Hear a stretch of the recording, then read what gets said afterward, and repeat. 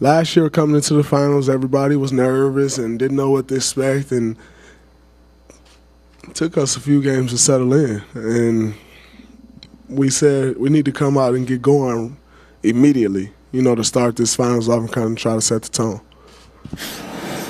Yeah, over the course of the regular season, we obviously had ultimate confidence in ourselves because we had won and all that went into winning a championship last year. The journey's obviously been different. We've talked about that along the way. Getting back to the playoffs, I think there's a different kind of pressure that you feel because you know the feeling of winning and you want to get back there. But there's also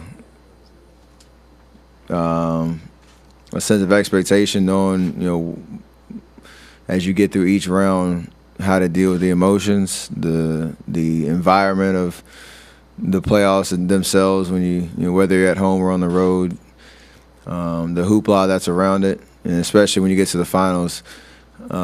Yesterday was a very good feeling, kind of knowing the schedule of the day and practice and how to deal with it, and once the ball dropped, I didn't feel as much anxiousness as last year.